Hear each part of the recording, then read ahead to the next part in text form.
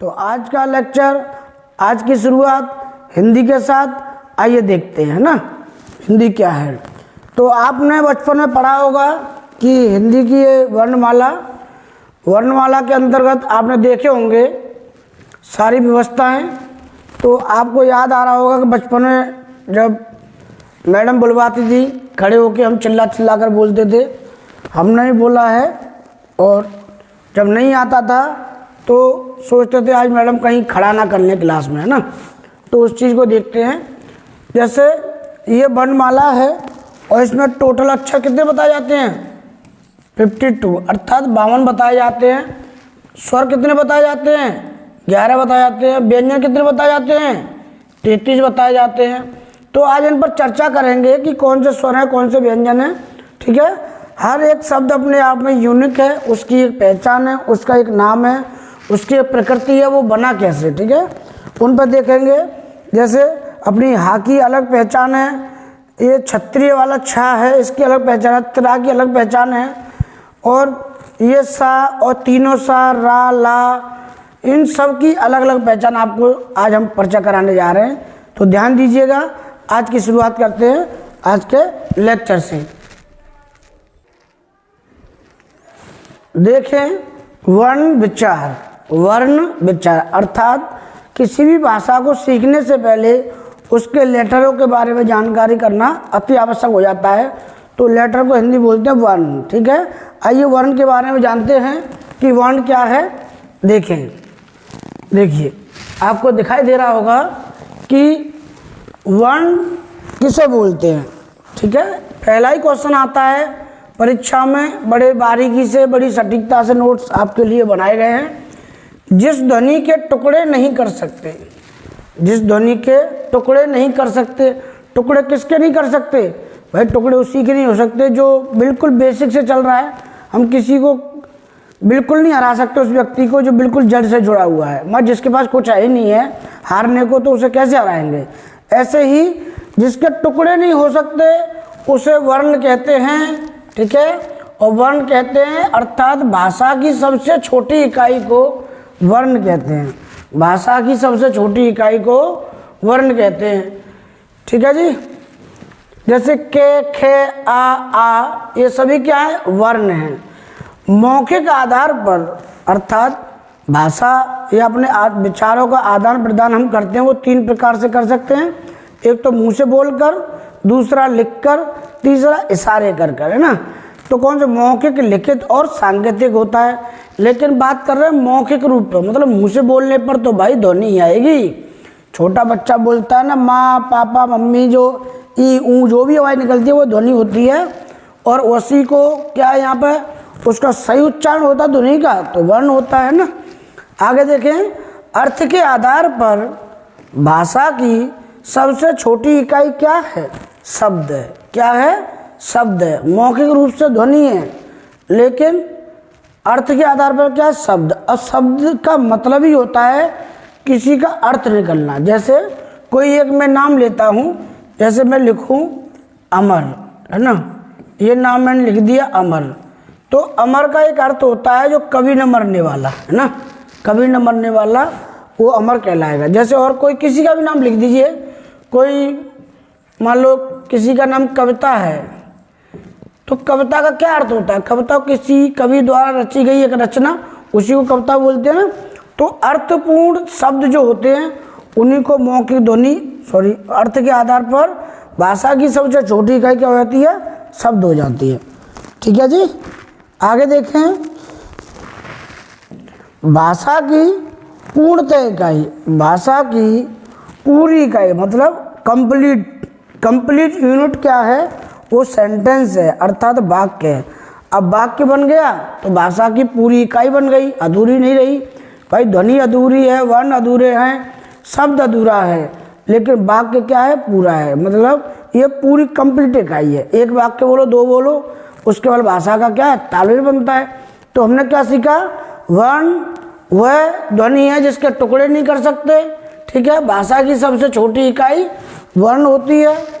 आपने देखा के, खे, आ, मौखिक आधार पर भाषा की सबसे छोटी इकाई ध्वनि है। अर्थ के आधार पर शब्द है ठीक है। और भाषा की पूर्णतः इकाई, पूरी इकाई क्या है आपकी? वाक्य है। इतनी चीज़ें आपने देखी। और वर्णों को जोड़कर अक्षर बनते हैं, अक्षरों को जोड़कर आपके सामने शब्द बनते हैं, शब्दों को जोड़कर वाक्य बनते हैं, और वाक्यों को जोड़कर पैसेज बनता है, पैसेज को जोड़कर एक पेज बन जाता है, और पेज के बाद पेज बनकर पुस्तक बनती है। और पुस्तकों को एक साथ एक जगह पर रखने वाली जो स्थान होता है रखने वाला, उसी को पुस्तकालय बोलते हैं। कभी कभी रीजनिंग में लगाने को आ जाता है क्रम से, तो याद रखिएगा, ठीक है। आगे देखें तो आप पाएंगे हिंदी वर्णमाला है क्या? हिंदी वर्णमाला में क्या है? देखो, हिंदी वर्णमाला में वर्ण हैं। वर्णमाला वर्णों या ध्वनियों के क्रमबद्ध समूह को वर्णमाला कहते हैं। बिल्कुल सटीक प्रश्न है, कई बार परीक्षा में पूछा गया है कि वर्णमाला क्या है। भाई मैं आपसे पूछूँ वर्णमाला क्या है, तो आप कहोगे सर कि वर्णमाला वर के गले में डाली जाती है वर्णमाला, लेकिन उसमें होता क्या है? फूल होते हैं, उनको बड़े क्रम से लगाया जाता है, क्रम से लगाया जाता है और व्यवस्थित तरीके से लगाया जाता है। तो वो क्या है? फूलों की माला हो गई। अब हम वर्ण की बात कर रहे हैं तो वर्णों की माला लगा रहे हैं, पहले छोटा फिर बड़ा, ठीक है, फिर छोटा ऊ बड़ा ऊ ऐसे करके लगाते जाएंगे, का ख लगाएंगे। तो इन्हीं को बोलते हैं, क्रमबद्ध समूह को वर्णमाला बोलते हैं, या फिर व्यवस्थित समूह को, क्रमबद्ध व्यवस्थित समूह एक ही बात है ना, को वर्णमाला बोलते हैं। हिंदी वर्णमाला में कितने 44 वर्ण होते हैं, 44 वर्ण होते हैं, लेकिन पेपर में पूछेगा आपसे तो आपको पूछेगा वो 52। कितना पूछेगा? 52 पूछेगा। यहाँ देखो 44 वर्ण होते हैं, जिसमें से 11 स्वर रहेंगे, 33 व्यंजन रहेंगे। आपको जब पूछेगा कि हिंदी में स्वर कितने हैं तो आप 11 बताइएगा, और व्यंजन पूछेगा तो 33 बताइएगा, ठीक है। कुल वर्ण पूछेगा तो 52 लगाइएगा। इन वर्णों को दो भागों में विभाजित कर सकते हैं, स्वर और व्यंजन, ठीक है। हिंदी वर्णमाला में 44 वर्ण होते हैं, लेकिन पेपर में 52 आए तो 52 लगाना है ना। आइए देखते हैं, अगर 52 ना हो तो 44 उत्तर रहेगा आपका। आगे चले, यह देखिए, ठीक है, ये देखिए दिखाई दे रहा है। हिंदी या सॉरी स्वर किसे कहते हैं? स्वर किसे कहते हैं? थोड़ा बड़ा कर लें, आपको छोटा दिख रहा हो तो अभी से बड़ा कर लेते हैं, कोई दिक्कत नहीं है। स्वर किसे कहते हैं?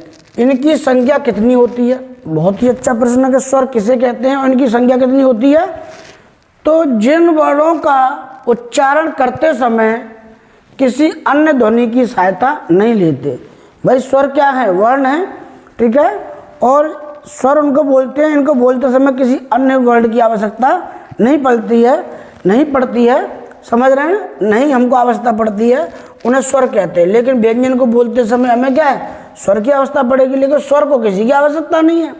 स्वर तो स्वर ही अपनी मस्ती में रहता है स्वर, ठीक है। कैसे भी गाओ मिले सुर मेरा तुम्हारा तो सुर बने हमारा, वही वाली बात यहाँ पर दिखाई दे रही है जी।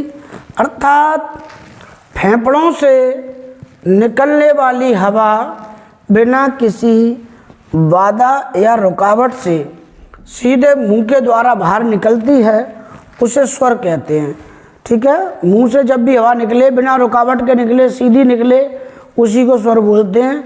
और इनको बोलते समय किसी अन्य वर्ण की आवश्यकता नहीं होती, ये स्वतंत्र हैं, ठीक है।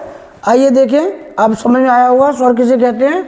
जो बिना रुकावट के बोलें और इनका उच्चारण करते समय किसी अन्य ध्वनि की सहायता नहीं लेते हैं। दूसरा देखें, स्वरों की संख्या कितनी है? 11। अभी हमने बताया कि 44 वर्ण हैं, 11 इसमें से स्वर हो गए तो 33 का बचेंगे व्यंजन, ये व्यंजन बचेंगे। आइए देखो कौन कौन से हैं 11 स्वर। आप देखें यहाँ पे, छोटा आ, बड़ा आ, छोटी ई, बड़ी, छोटा ऊ, बड़ा ऊ, ऋषि, रासे री बोलते हैं इनको, छोटी ए, बड़ी ए, छोटा औ, बड़ा औ, ठीक है। तो ये क्या है? आपके 11 स्वर हो गए। कितने हो गए? 11। आगे चलें, देखें, आप देखेंगे यहाँ पर कि स्वरों का विभाजन होता है। विभाजन तो सब में हो रहा है आजकल, है ना। देशों में विभाजन हो गया, राज्यों में विभाजन हो गया। हम परिवार में लगे रहते हैं कि परिवार में विभाजन ना हो, ऐसा हो सकता है? संसार में जो चीज़ बनी है उसका विभाजन होकर वो उसको नष्ट होना होता है। तो जब भारत पाकिस्तान की सीमा पर बोलते हैं कि विवाद चलता है, आप पड़ोसी की सीमा को देख लीजिए। आपका पड़ोसी होगा वो खुद आपसे विवाद रखेगा, तो वो तो देशों की बात है ना। तो इस चीज़ को जीवन पर्यंत मिटाया नहीं जा सकता। मनमुटाव पड़ोसियों से हमेशा रहते हैं, लेकिन सबसे सुचिंतक, सबसे अच्छे हमारी देखभाल करने वाले पड़ोसी होते हैं ना। तो पड़ोसी जो होते हैं काफ़ी अच्छे होते हैं। मात्रा और बोल रहे हैं, मात्रा और काल के आधार पर स्वरों को दो भेद होते हैं। स्वरों को दो भागों में बांट सकते हैं। किसके आधार पर? मात्रा और किसके आधार पर? किसके आधार पर बांट सकते हैं? काल के आधार पर, समय के आधार पर। ठीक है। हर्ष स्वर देखेंगे तो ये समय के आधार पर है। ठीक है। और लघु स्वर बोल जाएंगे, ये मात्रा के आधार पर है। दीर्घ स्वर ये भी समय के आधार पर है। और गुरु स्वर क्या है? ये मात्रा के आधार पर। यहाँ 2 की मात्रा लगेगी, यहाँ 1 की मात्रा लगेगी। आगे जब छंद अलंकार पढ़ेंगे तो उसमें इसका जिक्र करेंगे। यहाँ को आगे देखें, हर्ष स्वर और दीर्घ स्वर, स्वरों का विभाजन हुआ 2 प्रकार से। कौन से 2 प्रकार से स्वरों का विभाजन हुआ? हर्ष स्वर, ठीक है, ये हर्ष स्वर हो गया यहाँ पर, और दूसरा हो गया दीर्घ। तो इनको आगे पढ़ते हैं। नंबर 1 हर्ष स्वर। हर्ष स्वर देखेंगे जिन स्वरों का उच्चारण करते समय बोलने में कम समय लगता है। क्या लगता है? कम समय लगता है। हर्ष स्वर बोलते हैं उन्हें। ठीक है। हर्ष स्वर बोलते हैं, लघु स्वर कहते हैं, इनको ही लघु स्वर कहते हैं। ठीक है। इनकी संख्या कितनी है? 4 है। छोटे स्वर देखिए, स्वरों को वैसे हम आगे पढ़ेंगे। जो हर्ष स्वर इनको मूल स्वर भी बोलते हैं, कभी कभी इनको हर्ष स्वर भी बोलते हैं, और इनको लघु स्वर भी बोलते हैं। कभी कभी छोटे स्वर भी लिखा आता है, हालांकि ये ऑथेंटिक नहीं है छोटा, लेकिन पूछ लेता है कि छोटे स्वर जड़ स्वर कौन से हैं, तो यही है ना। मूल स्वर कोई, जड़ बोलते हैं मूल कोई। तो ये कौन कौन से छोटे वाले स्वर? लघु स्वर, हर्ष स्वर, छोटा आ, छोटी ई, छोटा ऊ और री। ठीक है। जहाँ पर छोटी छोटी चीज़ें हैं। दूसरा ये ऋषि महाराज जी आ गए, इनकी वजह से ये क्या है? मूल हो गए। भाई ऋषि तो मूल में ही जाते हैं, है ना। मूल से जुड़े हुए थे, जड़ से जुड़े हुए थे ऋषि। बच्चों के भविष्य को देख लेते पहले ही। आइए देखें, दीर्घ स्वर। हर्ष स्वर पढ़ लिया आपने, दूसरे हैं दीर्घ स्वर। दीर्घ स्वर में देखें, इनको गुरु भी बोलते हैं ना। दीर्घ मतलब बड़ा, गुरु बड़े ही होते हैं, ऐसे याद कर लेना। जिन स्वरों का उच्चारण करते समय बोलने में अधिक समय लगता है। ठीक है। कम समय लगता है तो मूल स्वर होते हैं, हर्ष स्वर होते हैं, लघु स्वर होते हैं। लेकिन ज़्यादा समय लग रहा है तो दीर्घ हो गई, बात बड़ी हो गई। दीर्घ समय अधिक लगता है उसे गुरु स्वर बोलते हैं या दीर्घ स्वर कहते हैं। इसकी संख्या कितनी है? 7 है। भाई 11 स्वर थे, यहाँ 11 बताए थे। 11 में से बंटवारा हो गया, 4 मूल स्वर हो गए, तो बच्चे कितने? 7। तो 7 कैसे स्वर होते हैं? दीर्घ स्वर। दीर्घ हो गए, देखो, बड़ा आ, बड़ी ई, बड़ा ऊ, छोटी ए, बड़ी ए, छोटा औ, बड़ा औ। ठीक है जी। तो 7 स्वर कौन से होते हैं? दीर्घ होते हैं, दीर्घ बड़े वाले। आगे देखें तो आप पाएंगे रचना और उत्पत्ति के आधार पर स्वरों के 2 भेद होते हैं। रचना और उत्पत्ति के आधार पर स्वरों के 2 भेद होते हैं, मूल स्वर और संधि स्वर। रचना मतलब किसी का निर्माण करना, नए बना देना। उत्पत्ति मतलब पहले से ही वो पैदा हुए हैं। तो देखें, मूल स्वर और संधि स्वर देखेंगे किसके आधार पर? रचना उत्पत्ति के आधार पर। तो रचना के आधार पर देखें या उत्पत्ति के आधार पर देखें, जिन स्वरों की उत्पत्ति किसी अन्य स्वर से नहीं होती। Very good. जिन स्वरों की किसी अन्य स्वर से उत्पत्ति नहीं होती, अर्थात पहले से विद्वान है, शुरुआत ही यहीं से हुई है, मूल स्वर से। ठीक है। उससे मूल स्वर कहते हैं। इनकी संख्या कितनी है? 4 है। वही हर्ष स्वर, लघु स्वर, ठीक है, छोटा आ, छोटी ई, छोटा ऊ और र्या से ऋषि, री। आगे देखें संधि स्वर। अब देखो भाई, संधि तो उनमें ही होती है जो बराबर के होते हैं ना। संधि बराबर की होती है तो स्वर की संधि स्वर से होती है, व्यंजन की संधि व्यंजन से होती है। तो देखें यहाँ पर स्वरों की संधि कर रहे हैं, है ना। जिन स्वरों की संधि उत्पत्ति मूल स्वरों से होती है, अर्थात मूल स्वरों द्वारा नए स्वर जो बनते हैं उनको क्या बोलते हैं? संधि स्वर बोलते हैं, उसे संधि स्वर कहते हैं। संधि स्वर दो प्रकार के होते हैं, या देखिए यहाँ पे स्वर होते हैं, रचना के आधार पर दो प्रकार बांटे थे, मूल स्वर और संधि स्वर। अब संधि स्वर को भी हमने दो भागों में बांटा है, दीर्घ स्वर और संयुक्त स्वर, दीर्घ स्वर और संयुक्त स्वर। ठीक है, आइए देखते हैं कौन से दीर्घ स्वर और संधि स्वर। बहुत बढ़िया, बहुत बढ़िया, देखने में अच्छा लग रहा है जी, है ना। देखें दीर्घ स्वर कौन से होते हैं? जो छोटे छोटों को मिलाकर बड़े बन जाते हैं, जो छोटे छोटों को मिलाकर बड़े बन जाते हैं। दिख रहा होगा आपको, छोटे छोटों को मिलाकर क्या बनना है? बड़े। अर्थात छोटा आ प्लस छोटा आ मिलके क्या बना? बड़ा आ, बड़ा आ। यहाँ देखें छोटी ई मिलके क्या बन गई? बड़ी। बनी नहीं बनी? देखो छोटा आ बड़ा बन गया, छोटी ई बड़ी ई बन गई, छोटा ऊ बड़ा ऊ बन गया। तो ये कैसे स्वर हो गए? दीर्घ हो गए, मतलब बड़े हो गए।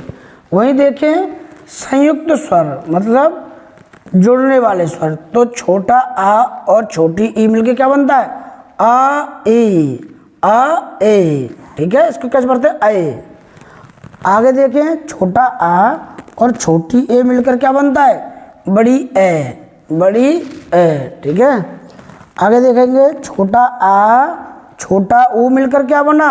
छोटा औ। और छोटा आ प्लस छोटा औ मिलकर क्या बना? औ। ठीक है, क्या बना? बड़ा औ, बड़ा औ बन गया। तो आपने क्या देखा? दीर्घ स्वर मतलब छोटे छोटे से मिलकर बड़े बनते हैं। छोटा आ छोटा बड़ा हो गया, छोटी बड़ी ई हो गई, छोटा ऊ मिलकर बड़ा ऊ हो गया। और संयुक्त स्वर कौन से होंगे? छोटा आ में ई मिलाई तो ए बन जाएगी छोटी वाली, छोटे आ में छोटी ए मिलाएंगे तो बड़ी ए बन जाएगी, छोटे आ में ऊ मिलाएंगे छोटा ओ बनेगा, और छोटे आ में छोटा औ मिलेगा तो बड़ा औ बन जाएगा। ठीक है, आपको दिखाई दे रहा है? चीज़ें समझने का प्रयास कीजिएगा। दीर्घ स्वर आपको दिखाई दिए या संयुक्त स्वर आपको दिखाई दिए। ठीक है, आइए आगे देखते हैं। होठों के आधार पर स्वरों के दो भेद होते हैं। अब देखो हमारे इस वाले हिस्से में, ऊपर वाले में नाक कान होठ ये सारी चीज़ पाया, दांत ही पाए जाते हैं, तलवाई पाया जाता है, कंठ ही पाया जाता है। तो धीरे धीरे वहीं पर चर्चा होने पे आ रही है कि कौन कंठ है, कौन तालु है, कौन होठ से बोलेगा, कौन जीभ से बोलेगा, उनके बारे में चर्चा करेंगे। ठीक है, तो पहले देखेंगे वृत्ताकार स्वर होठ के आधार पर कैसे होते हैं? वृत्ताकार और अवृत्ताकार। वृत्ताकार का विलोम होता है अवृत्ताकार। तो यहाँ देखें आप, वृत्ताकार स्वर जिन स्वरों का उच्चारण करते समय होठ गोल हो जाते हैं उसे वृत्ताकार या उन्हें वृत्ताकार स्वर कहते हैं। ठीक है, अब इनको बोलोगे तो आपके होठ गोल होंगे। जैसे देखो अभी बोलकर आप छोटा ऊ हो रहा है ना, ऊ देखो होठ गोल हो रहे हैं, बड़ा ऊ तो इसमें होठ गोल हो जाएंगे। अब इनका निर्माण कैसे हुआ है? आ प्लस ऊ, तो यहाँ तो वैसे ही होठ गोल हो रहे होंगे, ऐसे इसका निर्माण हुआ है। और ये विदेशी स्वर है। कैसा है? आगत स्वर है। कई पेपर में पूछ लेता है, आगत स्वर है। कैसा है? आगत स्वर है, मतलब विदेशों से आया हुआ, हमारे यहाँ का नहीं है आगत स्वर। तो इनको बोलने पर होठ हमेशा आपके गोल हो जाएंगे। ठीक है, अब देखें अवृत्ताकार, मतलब इनमें होठ गोल नहीं होंगे। व्रत कैसा होता है? गोल होता है। ठीक है, व्रत होता है, गोल होता है। सेंटर से लेके पर्दी तक जो दूरी होती है उसको त्रिज्या बोलते हैं, जिसको आर से नोट करते हैं। बड़ी या छोटी से कर लो, बड़ी से बड़ी से कर लो, कोई दिक्कत नहीं है। और एक पर्दी से दूसरी पर्दी तक जाते हैं उसको व्यास बोलते हैं। क्या बोलते हैं? व्यास बोलते हैं जी, व्यास बोलते हैं। ठीक है, इसका क्षेत्रफल पाई आर स्क्वायर होता है और पर्दी 2 पाई आर होती है। तो ये चीज़ें मैथ की है ना, इनको नहीं समझना, हमको बाद में देखेंगे।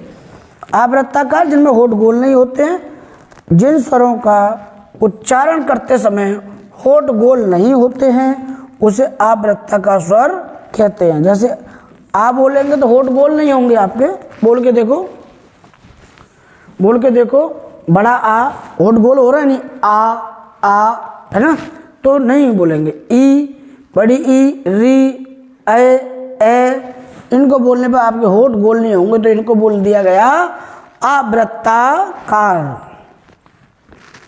आगे देखें तो आप पाएंगे जिह्वा के आधार पर स्वर, ठीक है, जिह्वा के आधार पर स्वर। देखो जी, जिह्वा के आधार पर। अब होठों के बारे में आ गई, अब जीभ पर बात आ गई। कहते हैं कि जीभ में हड्डी नहीं होती, लेकिन हड्डी तोड़वाने की पूरी पावर जीभ के अंदर होती है जी, जिह्वा, ठीक है। जिह्वा को देखें गौर से तो आप पाएंगे कि जिह्वा के आधार पर 3 प्रकार के होते हैं, पहला, दूसरा और तीसरा। अग्रस्वर, मध्यस्वर, पश्चस्वर। आगे की जुबान से बोलेंगे कुछ बीच की जुबान से बोलेंगे, बीच वाले भाग से, कुछ बोलेंगे लास्ट वाले भाग से। मान लो फॉर एग्जाम्पल ये जीभ है आपकी, ये मान लो है ना, ये जीभ है, और जीभ का अगले भाग पर अग्रस्वर आएंगे, मध्य भाग पर मध्य स्वर आएंगे और पिछले भाग पर पश्च स्वर आएंगे। तो इन चीज़ों को आपको याद देखना है। यहाँ पे देखो, अग्रस्वर किसे कहते हैं? जिन स्वरों का उच्चारण करते समय जिह्वा का अगला भाग, जिह्वा का अगला भाग, ठीक है, जिह्वा का अगला भाग, ठीक है, ये वाला भाग काम करेगा। तो अब जिह्वा का अगला भाग सक्रिय रहता है या काम करता है, उसे अग्रभाग अग्रस्वर कहते हैं। छोटी ई, बड़ी ई, छोटी ए, बड़ी ए और री, इनको बोलोगे तो आप अग्रस्वर कहलाते हैं। मध्य स्वर देखें तो जिन स्वरों का उच्चारण करते समय जिह्वा का मध्य भाग सक्रिय रहता है उसे मध्य स्वर कहते हैं। केवल एक ही है, और पेपर में बार बार एक प्रश्न पूछा जाता है कि मध्य स्वर कौन सा है, तो आ लगाना। पिछले जीभ के पिछले हिस्से से बोले जाने वाले पश्च स्वर होते हैं। जिन स्वरों का उच्चारण करते समय जिह्वा का अंतिम भाग सक्रिय रहता है उसे पश्च स्वर कहते हैं। जैसे छोटा आ, ओ, छोटा ऊ, बड़ा ऊ, छोटी ओ, बड़ा ओ, ये क्या है आपके?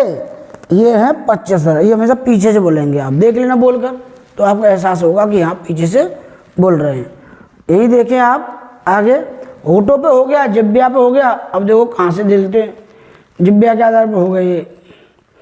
अब कौवे की आधार पर, कौवे के आधार पर देखें, कौवा मतलब नाक और गले के बीच में जगह होती है, कौवा बोलते हैं। कौवे की स्थिति के आधार पर स्वरों के 2 भेद होते हैं, निर्नासिक, ठीक है, निर्नुनासिक और अनुनासिक। निर मीन्स होता मना करना, ठीक है, निर्नुनासिक मीन्स होता क्या, नहीं, नाक का प्रयोग नहीं करना है, और अनुनासिक मीन्स होता है हाँ अनुसरण करना है, नाक का अनुसरण करना है। तो देखिए इसका अनुनासिक का निर्नुनासिक होता है, फिर या तो विलोम याद कर लो, यहाँ से कभी प्रश्न पूछा जाएगा, और इसकी वर्तनी भी याद कर लो, निर्नुनासिक और अनुनासिक। जिन स्वरों का उच्चारण करते समय कौवा नासिक के विवरण को बंद कर देता है, मतलब नाक वाले छेद को बंद कर देता है जहाँ से हवा पास होती है, जिससे हवा सीधी मुख के द्वारा बाहर निकलती है, जिसे निर्नासिक स्वर कहते हैं। कौन सा बोलते हैं? निर्नासिक स्वर कहते हैं। जैसे इनको आप नाक बंद कर लोगे तब भी बोल लोगे, जैसे मैं नाक बंद करके बोलूँगा भूल जाएगा, आ, ई, उ, री, ए, ओ, औ, ठीक है। तो ये क्या है आपके निर्नासिक हैं।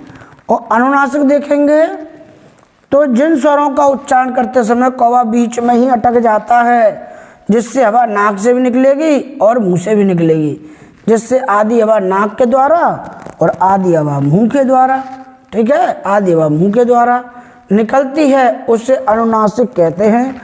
अनुनासिक स्वर का चिन्ह होता है ये चंद्र बिंदु वाला, है ना, जैसे अंगाहा, जहाँ जहाँ पर ये लगेगी आप समझ जाइएगा कि ये अनुनासिक क्या है, वर्ण है, अनुनासिक वर्ण या स्वर है, ठीक है जी। आगे देखें अयोग अयोग वाह, अयोग वाह, जो ना तो स्वर होता है और ना ही व्यंजन होता है, अयोग वाह कहते हैं। ठीक है, ना तो स्वर ना व्यंजन, बीच का है भाई। अयोग वाह दो प्रकार के होते हैं, अनुस्वार और विसर्ग। अनुस्वार और विसर्ग।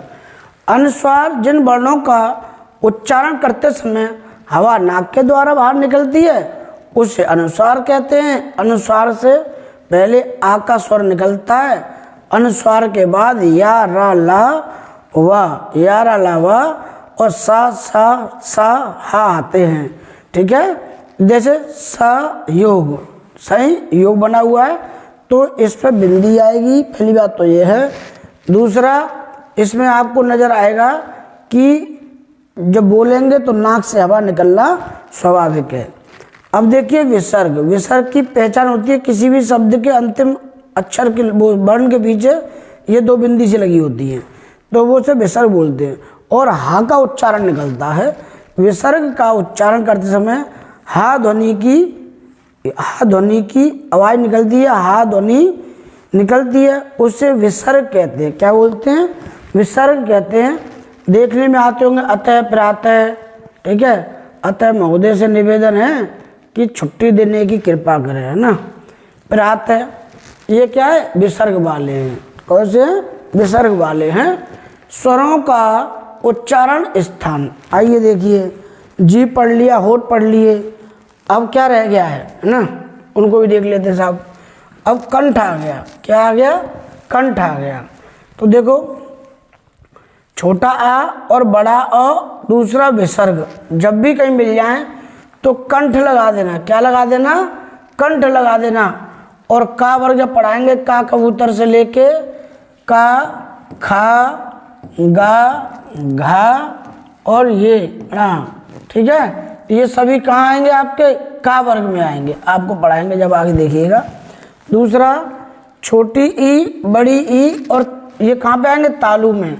तालु में और चीज़ें भी आती हैं, चा वर्ग भी आता है, चा, छा, ठीक है, जा, झा और ये वाला।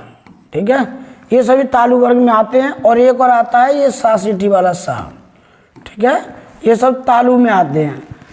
आगे बताएंगे, व्यंजन पढ़ाएंगे, अभी स्वरों के बारे में चल रही बात है ना। री देखिए, री ये मूर्धा से बोलता है। ऋषि जो होते हैं मूर्छित हो जाते हैं ना, मसूड़े के भाग से ऊपर होता है, मसूड़े के आसपास का, वो मूर्धा होता है।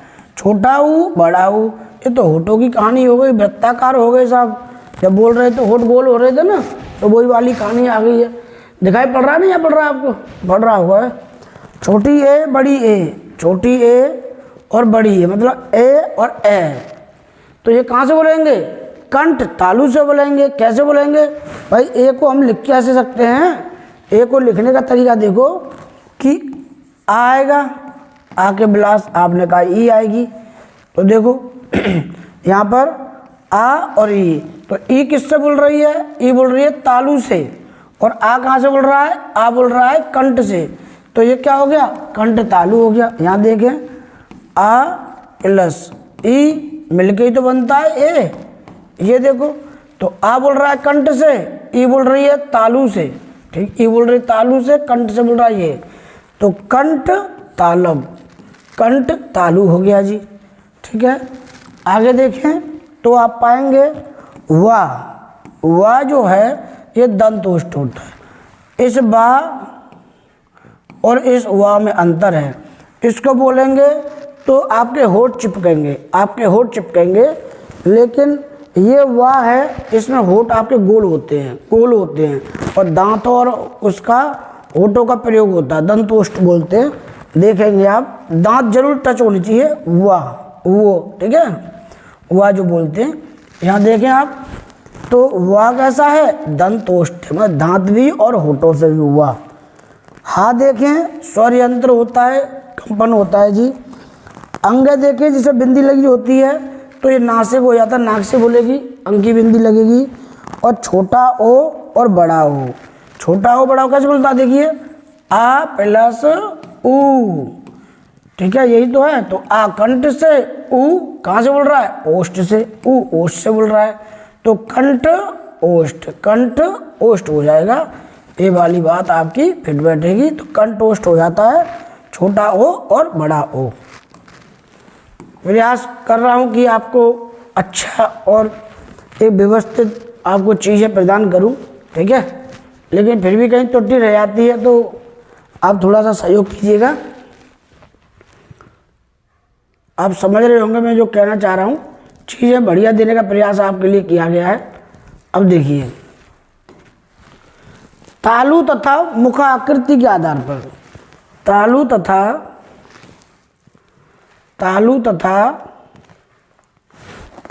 दिखाई दे रहा है कि नहीं दे रहा है? नहीं दे रहा है,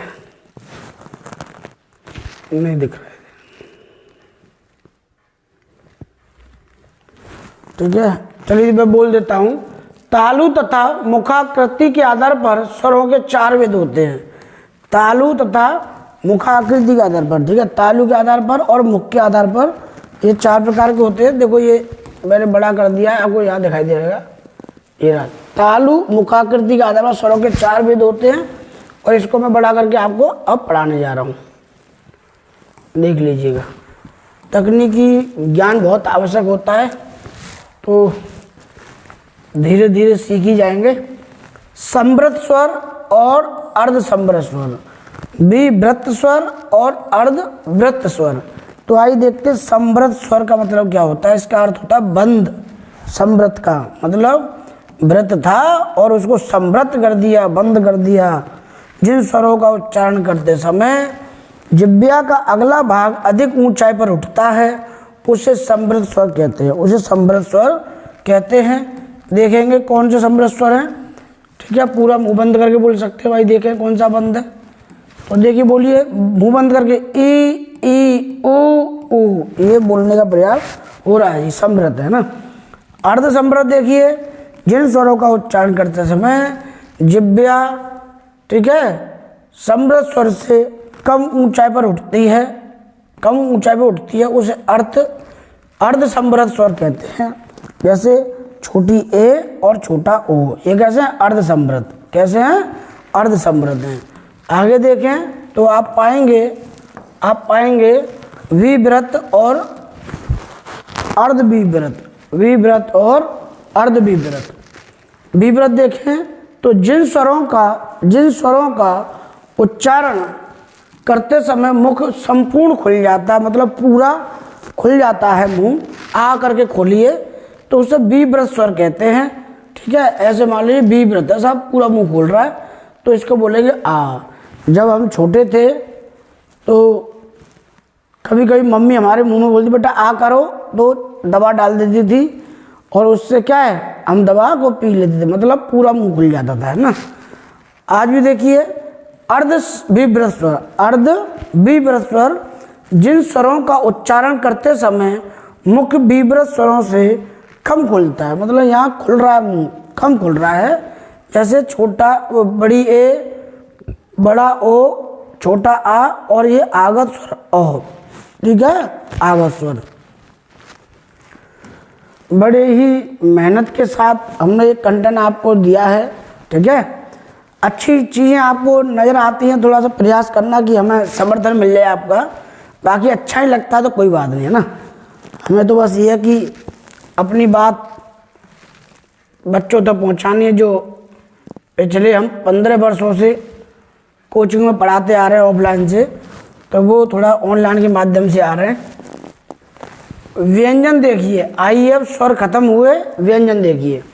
वे वर्ण जो स्वरों की सहायता से बोले जाते हैं उसे व्यंजन कहते हैं। जैसे का, की, अभी देखो का की बोल रहा है लेकिन अलग अलग में स्वरों की मात्रा है। जैसे ये का है ना, इस का को लिखने के लिए आपको शुद्ध ये लिखना पड़ेगा, हलंत लगाना पड़ेगा, प्लस यहाँ पर छोटा आ भी आपका इंक्लूड है, छोटे आ है ना।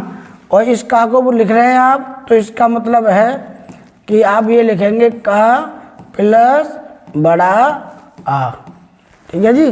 जैसे ये की लिखा हुआ है, इसका मतलब है कि का हलंत प्लस छोटी ई, ऐसे करके इनका निर्माण हुआ है। समझ रहे हैं? इनकी संख्या कितनी है? 33 पहले बोले थे। हिंदी वर्णमाला में कितने वर्ण हैं? 44। कितने हैं? 44, जिनमें से 11 स्वर हैं और 33 व्यंजन हैं। लेकिन टोटल मिलाएंगे तो 52 होंगे। 52 पढ़ाएंगे, 52 कैसे होते हैं आज बताएंगे। ठीक है, समझ में आ रहा होगा थोड़ा बहुत। आइए, 33 व्यंजन होते हैं, इनकी संख्या व्यंजन होते हैं 33। स्पर्श के आधार पर, मतलब टच होने के आधार पर व्यंजनों को हम 5 भागों में विभाजित करते हैं। 5 भागों में विभाजित करते हैं। कौन कौन से 5 भाग हैं आइए देखते हैं। ठीक है, 5 भागों में देखते हैं कौन कौन से, सब 5 भागों में देखते हैं। देखें आप तो पाएंगे जो 33 व्यंजन हैं उनमें से स्पर्शी जो व्यंजनों की संख्या है वो कितनी है? 25। मतलब स्वरों को हमने पढ़ा कि जो स्वर थे उनको बोलते समय कभी होठ टच हो रहे थे, कभी नाक का भाग हमारा टच हो रहा था, है ना, कभी जिह्वा टच हो रही थी, कभी निर्नासिक अनुनासिक थे। अब व्यंजनों की चर्चा करेंगे यहाँ पर, है ना। तो व्यंजन कहाँ से बोलेंगे? तो बताया था हमने पहले आपको कि कंठ स्वर कौन से होते हैं। अब कंठ व्यंजन की बात हो रही है। का से लेके माँ तक जो है ये 25 हैं। इनकी संख्या कितनी है? 25। और वर्ग कितने? 5 वर्ग हैं। 1 2 3 4 5। ठीक है, ये 5 वर्ग हैं। तो ये यहाँ से लेकर यहाँ तक कितने हैं? 25 हो गए। तो इन्हीं पर चर्चा करनी है। देखते हैं आपको का वर्ग देखें। का वर्ग में का से लेके ये अणा खाली जो बोलते हैं यहाँ तक देखना आपको, है ना। चा से लेके यहाँ तक, है ना। चा से लेके चा चम्मच, छा छतरी, जा जलेबी, जा झंडा, और ये यहाँ, ये तालु से बोले जाते हैं। और स्वरों कौन कौन से बोले जाते हैं तालु से? आप बोलना छोटी ई, बड़ी ई, और दूसरा आ जाएगा ये सा वाला, है ना। कंठ से कौन कौन बोल रहा था? छोटा आ, बड़ा आ, और विसर्ग वाला, क्या है? विसर्ग बोल रहा था। टावर्ग देखेंगे तो टावर्ग आता है मूर्धन्य में। ठीक है, टावर्ग आता है मूर्धन्य में। तो स्वर वहाँ का कौन सा दिखाई देता टावर्ग में आपको? टूटी टाटी टड्डिया, तो री दिखाई दे रहा था मूर्धन्य में आपको। तावर्ग देखेंगे तो तावर्ग में कुछ दिखाई दे रहा था? शायद नहीं, तो आपको वाह दिखाई, दंत ओष्ठ, है ना, वाह दिख रहा था। लेकिन यहाँ तावर्ग में ता, था, द, ध, ना, ये सभी कैसे हैं? तावर्ग में। याद करने तरीका, दांत तोड़ दूंगा राहुल, ठीक है, दांत तोड़ दूंगा राहुल तेरे साले, है ना, ऐसे याद करना। तो सा मतलब दंत में, दंत वर्ग में कौन कौन आएंगे आप इनको याद रखना। कौन सा?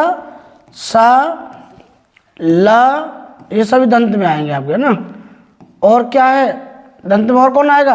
एक वाह भी आ जाता है आपका, दांत तोड़ देंगे तुम्हारे, है ना।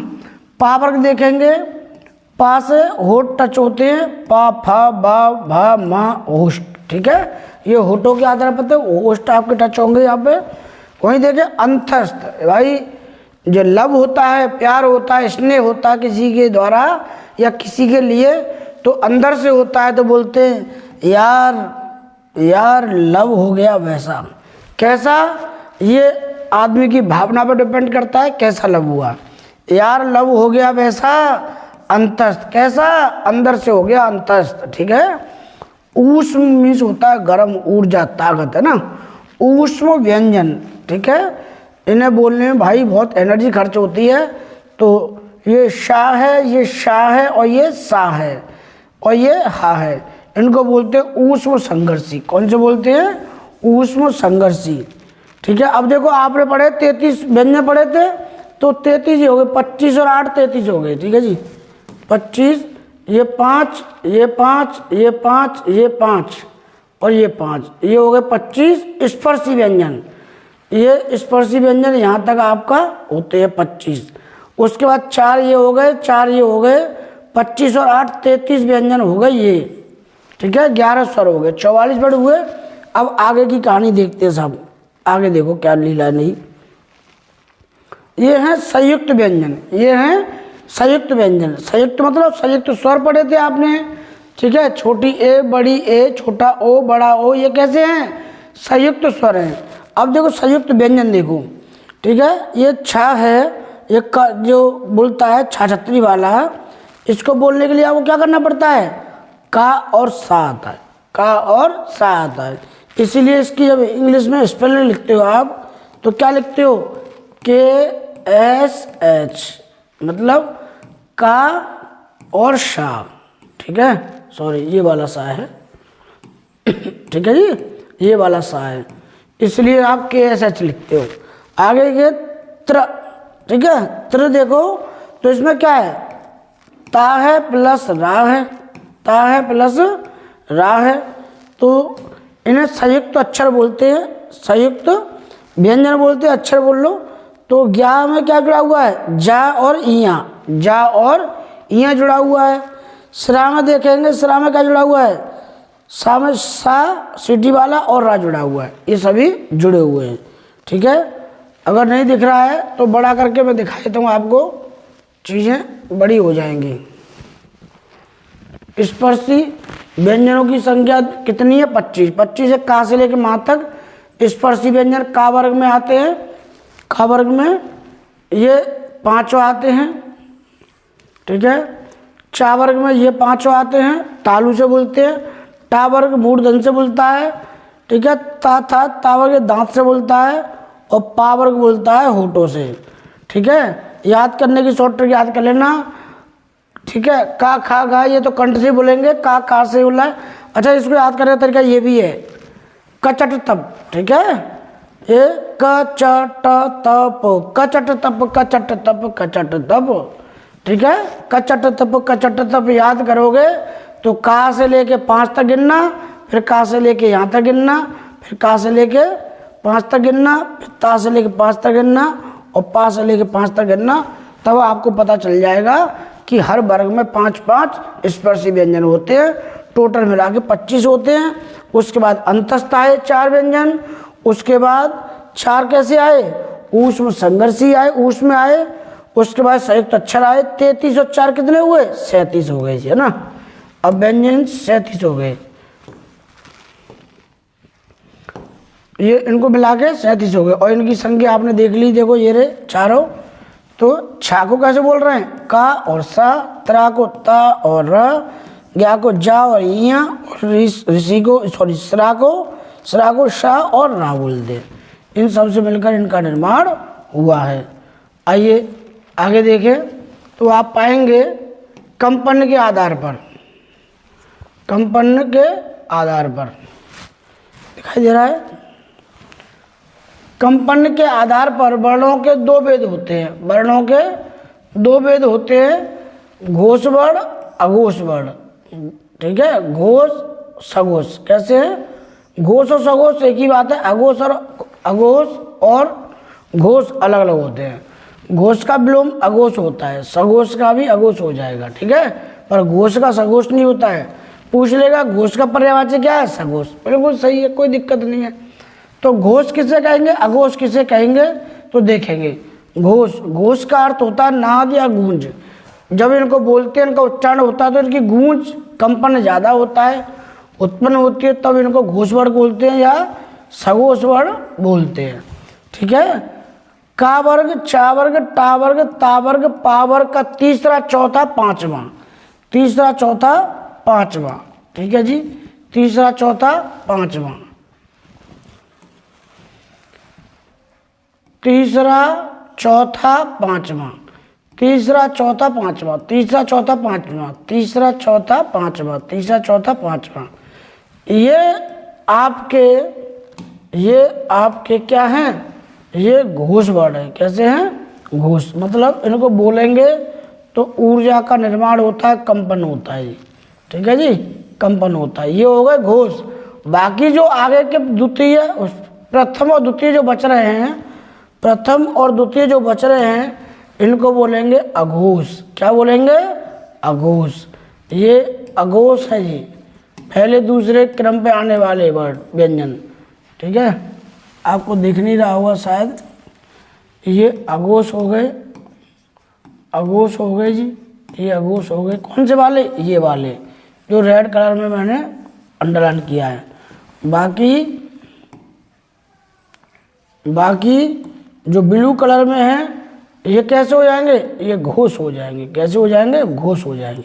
इतना याद रखना है। अघोष और घोष, घोष को बोलते हैं सघोष। ठीक है, इतनी कहानी है। आइए देखते हैं।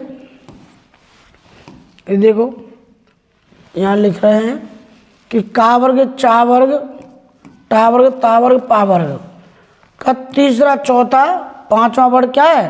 देखो 3 ये रहे, इसके 3 ये रहे, ये 3 3 के जेक हो गए, तो ये बने जा रहे हैं पीछे, है ना। ये सभी क्या है आपके, ये क्या है आपके, घोष है। कैसे है, घोष है। अब देखो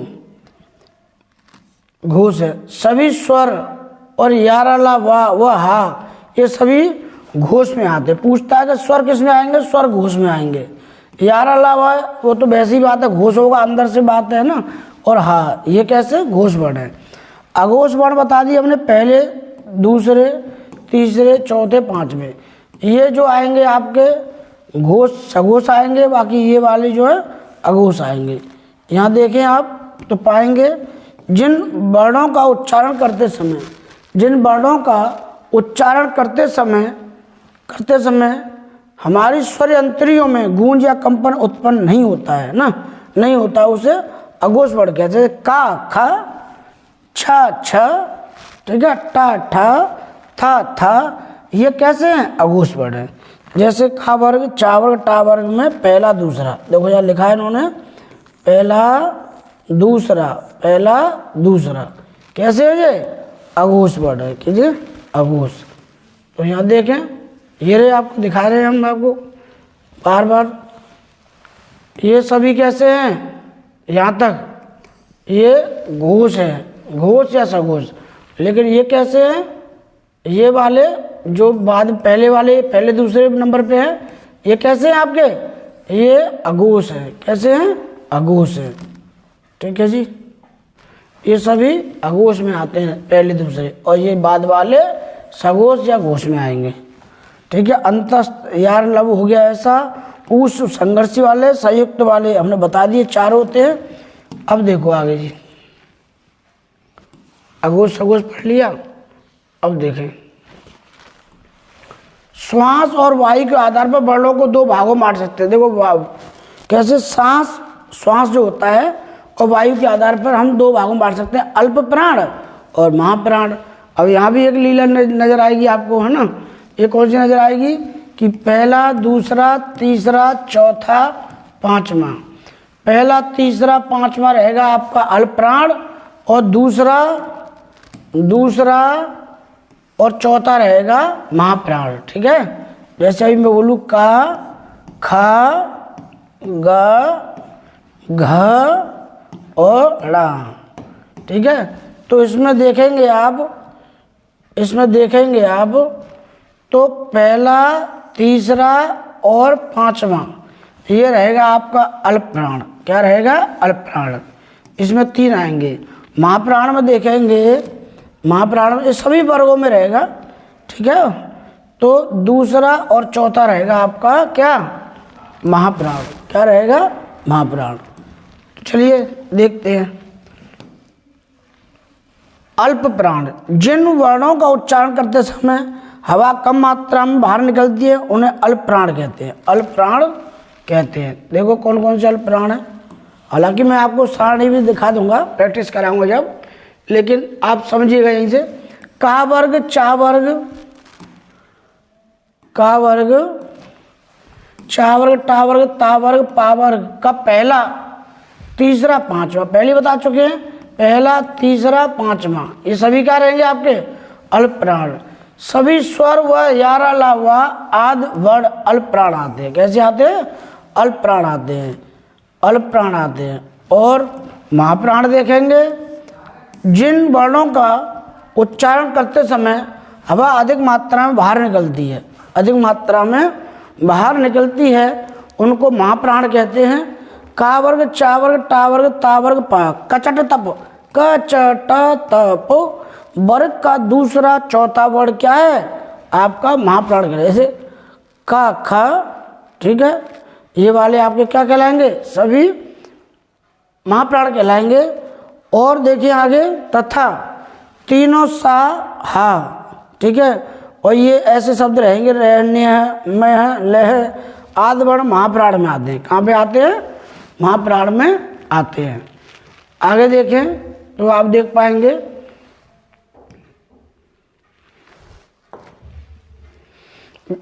ठीक है, महाप्राण हो गया। उच्चारण के आधार पर व्यंजनों के 8 भेद होते हैं। व्यंजनों के 8 भेद होते हैं। शायद आपको दिखाई न दे रहा हो, छोटा करने का प्रयास करता हूँ।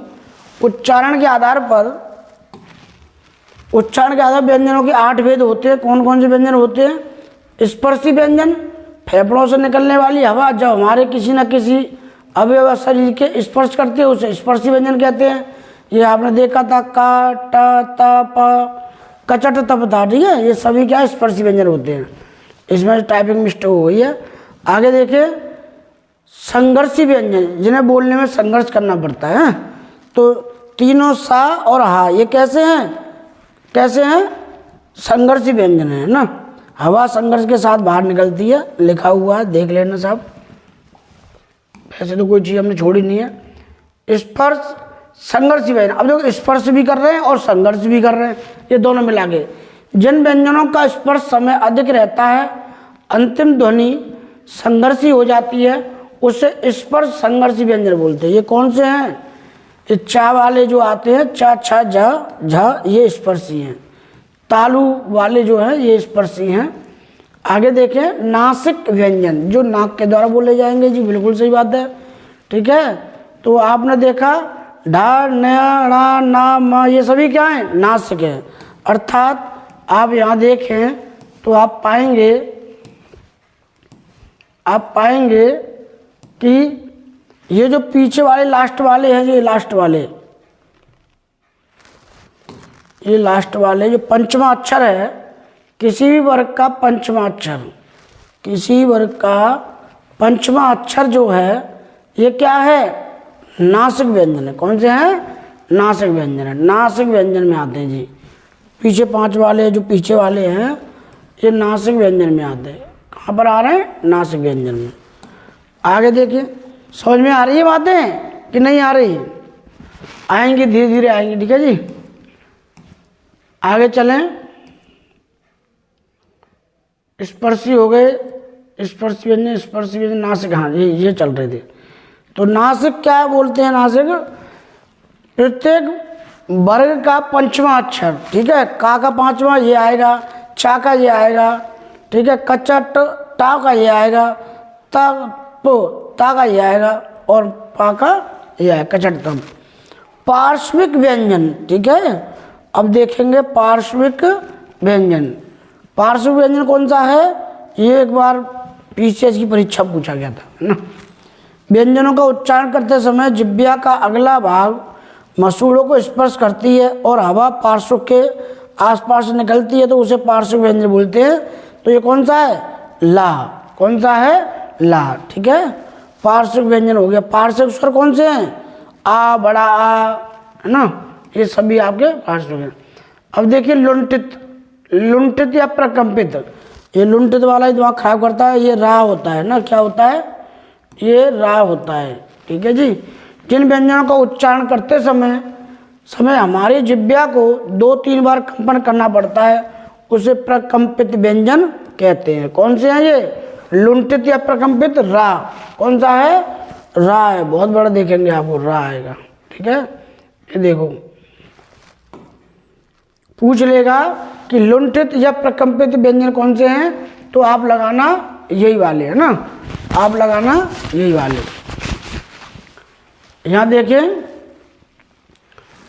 जिस व्यंजन का उच्चारण करते समय हमारी जिह्वा बेलन की तरह गोल हो जाती है उसे लुंठित व्यंजन बोलते हैं। लुंठित। रा क्या है? रा है।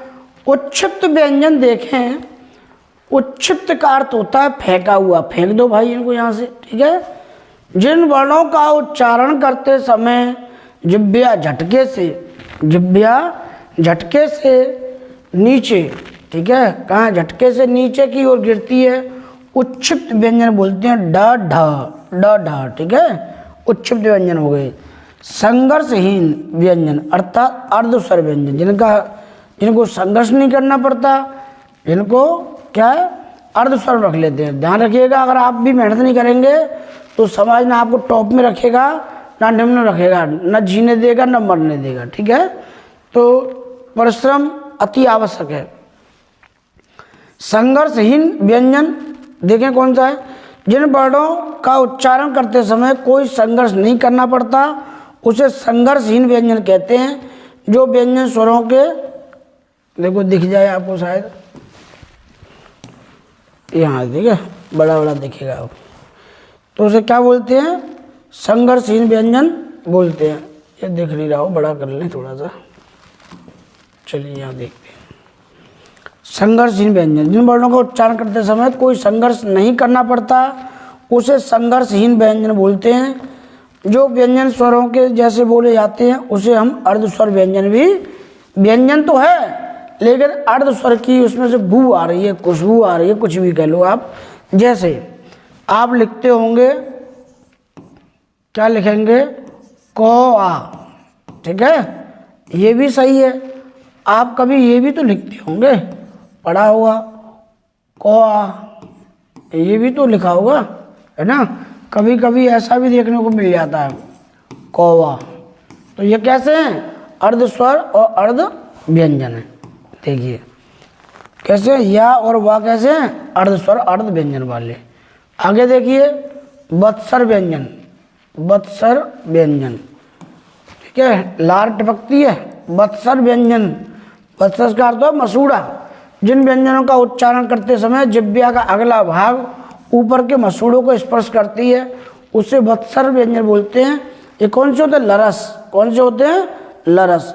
वैसे ला पार्श्विक है, रा कैसा है, लुंठित है, सा कैसा है, दंतोष्ठ है।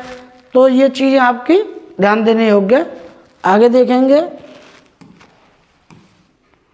द्वितीय वर्ण, द्वितीय वर्ण, द्वितीय वर्ण देखेंगे, जो वर्णों के दो मेल से मिलकर एक वर्ण का निर्माण होता है उसे द्वितीय वर्ण बोलते हैं। उनमें आधा आधा आधा ना, ये आता दिल्ली कुत्ता, इनमें आधा जुड़ा होता है। अरबी फारसी वर्ण जिनमें नुक्ता लगा होता है, नीचे बिंदी लगी होती है, अरबी फारसी होते हैं। अक्षर एक ही श्वास के झटके से जिस वर्ण का निर्माण होता है उसे अक्षर बोलते हैं ना। जैसे राम शब्द में दो अक्षर है, रा प्लस मा, ठीक है, रा प्लस मा। आगे देखें तो द्वितीय वर्ण हो गया ये वाला। अब देखिए 52 वर्ण बने कैसे, एक कहानी देखिए। हिंदी में कुल 52 वर्ण हैं, लेकिन कैसे हैं, स्वर कितने हैं, 11 हैं। अनुस्वार कितना है, 1 है। विसर्ग कितना है, 1 है।